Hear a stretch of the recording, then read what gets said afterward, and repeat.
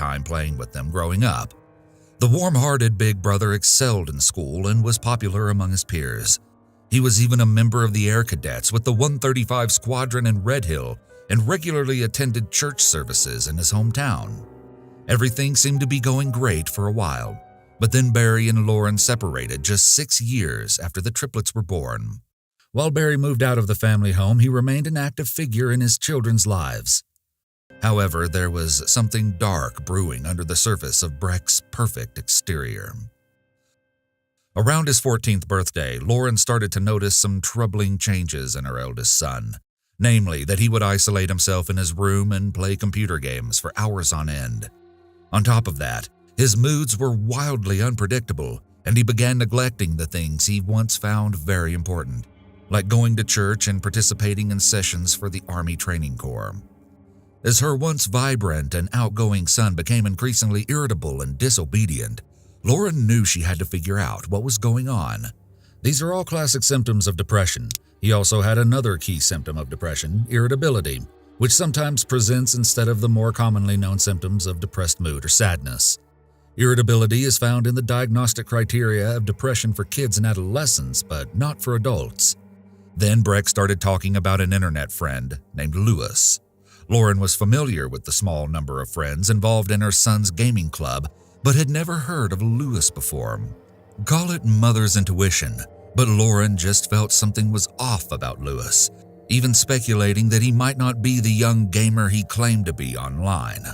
Still, Breck's preoccupation with his new friend snowballed out of control, and before long, he was talking about him all the time and becoming more withdrawn than ever. Lauren attempted to limit Breck's communication with Lewis, but he always found ways around her restrictions. So the uneasy mother felt she had no choice but to call the Surrey police and report her concerns. She explained to the responding operator that she thought her son was being groomed by an older predator, pretending to be a young boy. At the end of the call, the operator said that officers would check out Lewis, but unfortunately, that never happened, and the inquiry was closed just an hour later. On February 16, 2014, after a year of talking online, Breck finally planned a secret rendezvous with Lewis. It would be their first time meeting in person, and he was excited because Lewis had become his closest friend. Lewis had also promised Breck a bright future as the new owner of his multi-million-pound tech company. If only Breck knew the fatal mistake he was just about to make. The following day was the start of half-term, and because Breck was to be staying with his father Barry for the duration, he informed him that he'd be sleeping over at a friend's house on the night of the 16th. While Barry was happy to see his son out socializing instead of sitting in front of his computer, he had no idea that Breck actually planned to take a taxi and stay overnight more than 30 miles away in Grays. Barry waited for Breck to return home the next morning, but he never came, and after multiple calls and texts went unanswered, Barry called Lauren and told her what was going on. Yet just as the pair was formulating a plan, they were struck with every parent's worst nightmare. Breck's gaming club friends had started receiving horrific text messages containing images of a bloody corpse, who they quickly realized was Breck. The photo spread like wildfire, and it didn't take long for word to reach Breck's family, with some people even reaching out to his 12-year-old triplet siblings to ask if the photos were real. A short time later, Essex police got an eerie call they would never forget. You're telling me he is definitely dead? Yes, I'm telling you he's definitely dead. Right, okay, Lewis, I need you to just take me back through that again. So what happened last night? Okay, he was in a mess. I tried again. Right, just slow down again, Lewis. I need to take... I have a penknife in my room, adjacent to my bed. I have a chest of drawers. I had a penknife on there, folded. He picked it up, opened it, and then lost control. Penknife on the bedside table. Brett grabbed this. Yes. What, in order to harm himself? No, in order to harm me. He opened it and then lost control. In self-defense, put my left arm up to block him from stabbing me effectively. We struggled. I got him to the ground. He got up. I got the knife. Can you not interrupt me with this part? Okay, go on. Okay. This is being recorded anyway, isn't it? Yep. I grabbed the knife, and I stabbed him once in the back of the neck, I believe somewhere near the brainstem. He turned around, tried to carry it on, and I don't remember exactly what happened, but the fight ended with me cutting his throat. I believe I turned around and I slashed his throat. He fell onto the bed face first. I was trying to compress the wound at that time. And Lewis, are you still in the room where Breck is? No. Where are you? Don't interrupt me. Just let me explain this if this is being recorded. I didn't know what to do. I don't remember what happened after that. All I know is I dropped the knife in my hallway. I stripped down and just sat in the shower. Right, you've left the weapon in the hallway? Yes. And have spent how long sitting in the shower? I don't know. Look, are the police on their way? I can hear something. They are. I'm going to go and do my part. Please, thank you for your help. Right, just listen. Police were very suspicious of this strange account, and upon arriving at the scene, it was instantly clear that the brutal attack was one-sided, with zero evidence of an altercation. That's because they found Breck's lifeless body on the floor, with his ankles and wrists bound with duct tape. In addition, the 14-year-old boy had a massive laceration across his throat. Detectives found Breck's bloody clothes in a trash bag within the flat, and they also uncovered a pile of encrypted electronic equipment underwater in the sink. Lauren, who tragically learned of her son's senseless murder on her birthday, later stated in an interview, "I am heartbroken and lost without my Breck, and I will never be the same. He was murdered on my birthday this year, and so much of me died as well." So who was behind this ruthless attack? Well, it was none other than Lewis, and contrary to the initial beliefs, he really was a fellow young gamer. Now allow me to shed a little light on this unsuspecting predator. Lewis Danes was a baby-faced 18-year-old unemployed computer engineer who spent most of his time playing online games. Investigators later determined that Lewis had complete control of the specific server used by the boys in Breck's gaming club, but apparently none of them really knew him. At 16, Lewis moved out of his family home and allegedly became very isolated from the outside world. Then he created an online persona that portrayed him as a multi-millionaire and started chatting with the younger boys. While they first respected his authority, Breck's other friends grew frustrated with Lewis over time, saying he would often mute them on the group chat and kick them out of games. However, they told detectives that Breck's allegiance to him intensified the more they tried to distance themselves from Lewis. Lewis displayed several psychopathic traits. He was charming, narcissistic, and he loved being in control. Muting the boys and kicking them off the games was one way he exerted his control. He was also highly intelligent, and his creation of a false persona about being a multimillionaire shows that he was a pathological liar. During the 911 call, he displays more psychopathic traits, such as when the 911 operator asked Lewis if his friend is definitely dead, and Lewis lets out a small laugh as he says yes. He has a very shallow affect and at times is condescending, telling the operator on more than one occasion to not interrupt him. It's almost as if he is enjoying himself as he recounts the murder, and he shows no empathy for the suffering he's inflicted. And he is enjoying the power he has over the 911 operator when he tells her not to interrupt him. He even hangs up on the operator at the end, once again showing that he is in control of the situation. Lewis was arrested on the spot following the discovery of Breck's body and taken into custody. He contended that Breck's death was an accident, but his story had significant holes. As a result, his trial date was set for November 25, 2014. However, he surprisingly changed his plea and confessed to the killing during the pretrial hearing. During this time, prosecutors commented on the brutality of the crime, noting the steps Lewis had taken before the murder, which included buying condoms, duct tape, and syringes. It's likely that Lewis chose Breck as his victim well in advance. He saw that Breck was vulnerable and he took advantage of that situation.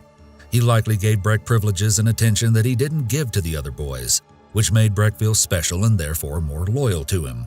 Lewis was good-looking, charismatic, and he was idolized by Breck. He spent months earning Breck's trust, only to brutally kill him, achieving complete control. On January 12, 2015, Lewis Danes was handed a life sentence with a minimum term of 25 years in prison. Breck's mother said of the ruling, No amount of years behind bars will ever change the poisonous attitude and actions of a psychotic animal who can behave this way. The Crown prosecutor also spoke to the court, saying, "The degree of planning and manipulation by Danes is shocking, and when you consider the young ages of perpetrator and victim, it stands out as one of the most cruel, violent, and unusual cases we have dealt with." Lauren and Barry took legal action against both the Surrey and Essex police departments for neglecting their reports of possible grooming. Unfortunately, it didn't take long for the Independent Police Complaints Commission, IPCC, to discover that the responding operator was ill-equipped to handle such a call. Beyond not being connected with a specialist agency, police never ran a background check on Lewis Danes. If they had, they would have seen on his record that he'd been accused of assaulting another young boy in 2011. Desperate to prevent this from happening to another innocent family, Barry and Lauren established the Breck Foundation, which seeks to create a safe internet environment for minors. Their slogan urges gamers to play virtual, live real. The Bednar family may never recover from the tremendous loss, but they find a bit of solace in knowing their actions may help save another young life. And just like that, we're on to our second case. Oh, and you won't believe the surprising tool that cracks this viral case wide open. But let's start at the beginning, shall we?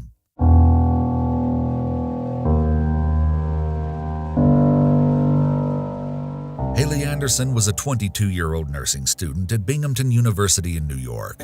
The shining fifth-year senior had many friends, and in one of her classes, she befriended another student named Orlando Tercero, a 23-year-old Nicaraguan native with dual citizenship. The two developed romantic feelings, but Haley made it clear that she wasn't interested in anything serious. Plus, she was already involved in an on-again, off-again relationship with her ex-boyfriend, Kevin Acampo.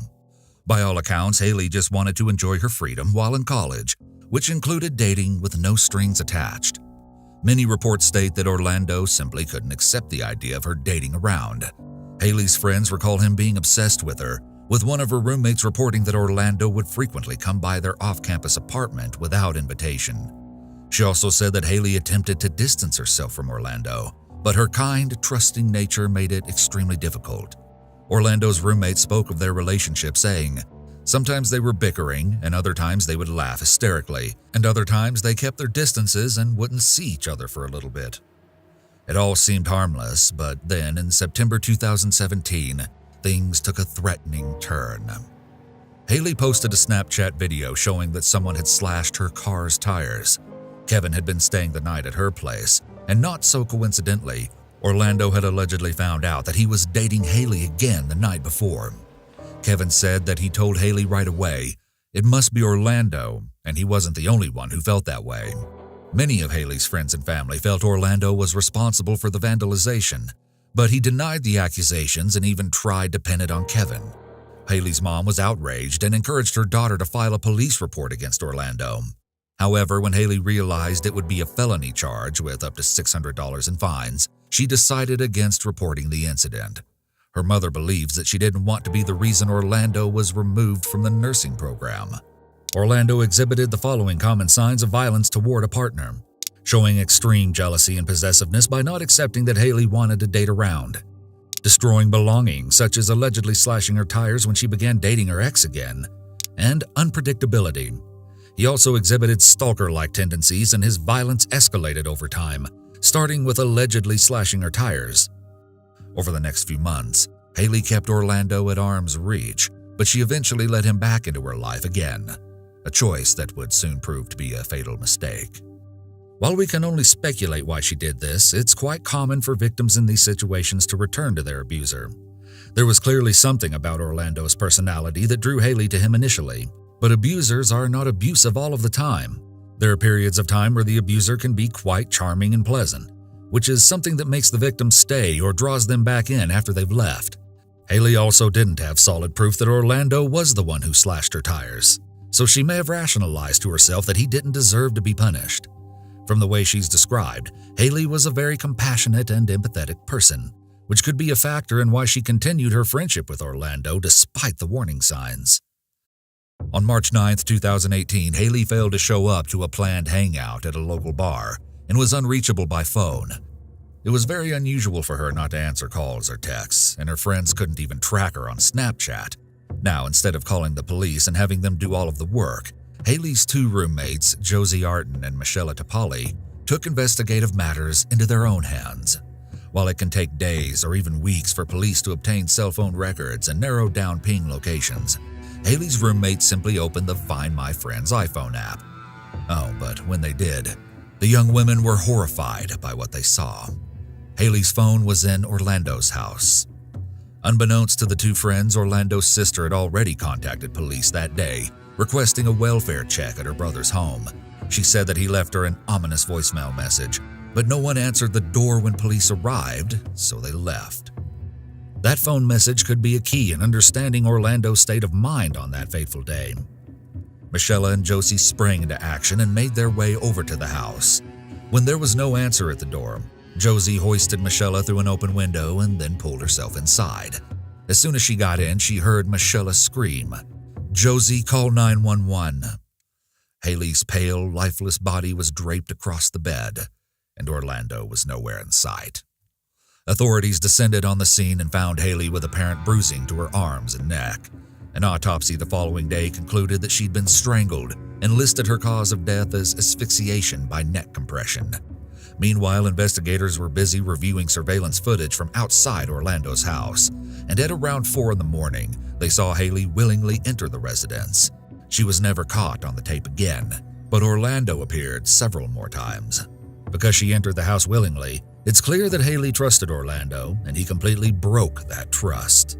Receipts found inside the house showed that one of those times was during a trip to CVS, where he purchased over-the-counter sleep aids. Detectives also found evidence that suggested Orlando had attempted to take his own life, including a Spanish-written note reading, "I'm so sorry for this, Father. I will see you soon." Then he was seen walking out the front door one last time, carrying luggage. Police quickly realized that Orlando had boarded a plane more than 3 hours away at New York's JFK International Airport and flown back to Nicaragua. He was captured on airport cameras with some kind of large bandage around his head, possibly from attempting to take his life. It is possible that he did not actually want to die himself, which is why his attempt failed and he chose to run away instead. Another possibility is that he didn't have access to more lethal means, such as a gun. But his attempt at escape shows that Orlando knew what he did was wrong. Now police were dealt the grueling task of catching a fugitive on the run in another country, and some of them feared Orlando had just gotten away with murder. But then, 4 days later, Orlando's mother brought him to a local hospital to treat his head wound, and Nicaraguan authorities arrested him. He was charged with second-degree murder, but based on his dual citizenship status, it wasn't going to be easy to bring him back to the U.S. An existing treaty between the two countries stated that neither was required to extradite one of its own. So, much to the dismay of Haley's loved ones, Nicaragua declined to extradite Orlando. As a result, his overseas trial began on September 1, 2019, and he was now being charged with femicide under Nicaraguan law. This charge doesn't exist in the U.S., but represents the murder of a woman romantically involved with the defendant. Prosecutors painted the picture of a scorned college boy who couldn't handle Haley's rejection and let jealousy take over. On the other hand, Orlando's defense claimed their client had experienced temporary insanity at the time of the murder. Orlando didn't have temporary insanity, as his defense claimed. He exhibited a clear pattern of jealousy and possessiveness when it came to Haley. It was too much for him to have Haley in his life, and possibly in his classes, but know that she would not fully commit to him. Orlando likely felt that if he couldn't have Haley to himself, then no one could, which ultimately led to him making the decision to kill her. Murder was his permanent solution to keep Haley away from everyone else. Once both sides rested their case, the judge took just 90 minutes to reach a verdict: guilty of femicide. Orlando was handed the maximum sentence of 30 years in a Nicaraguan prison. On February 4, 2020, Orlando appeared in court once more to appeal his conviction, citing the need for another psychological evaluation. But the appeal was ultimately denied. As if it wasn't shocking enough that a fellow nursing student killed Haley, someone who's supposed to be dedicated to helping others, Orlando was also someone she trusted and defended. Haley's father mournfully stated of his beloved daughter, She was a kind, compassionate person who always saw the good in people and wanted to become a nurse to help others. Haley Anderson was loved by so many, and the swift action taken by her roommates says it all. I mean, they located her body before the police using a popular networking app. Whoa, would you look at that? We made it to case number 3. Now, get ready, because this last one will have you questioning everyone.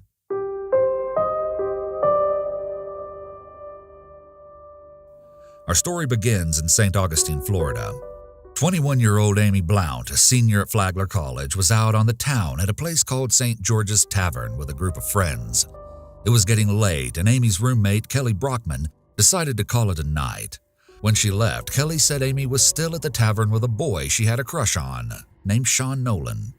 Kelly fully expected Amy to be back at their dorm room the following morning, so she was surprised to find her bed empty when she woke up.